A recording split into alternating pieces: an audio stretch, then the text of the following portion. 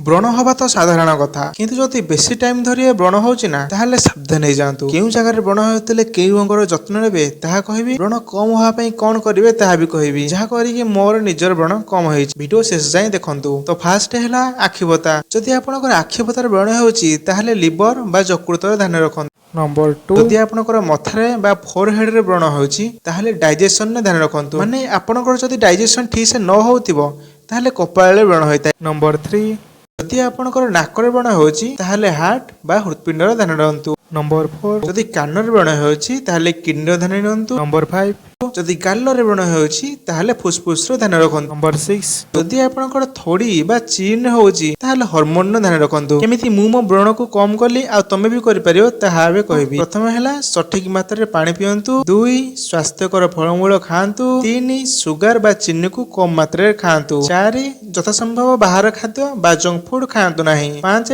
आवश्यक मुताबिक सोंतु। 6, बेसी स्ट्रेस नियंतु नाही। 7, बारंबार मुह को छुअंतु नाही। 8, रेगुलर एक्सरसाइज करंतु। एगुडी को आपण सब फॉलो करले श्योर आपनकर व्रण कम हो जिवो।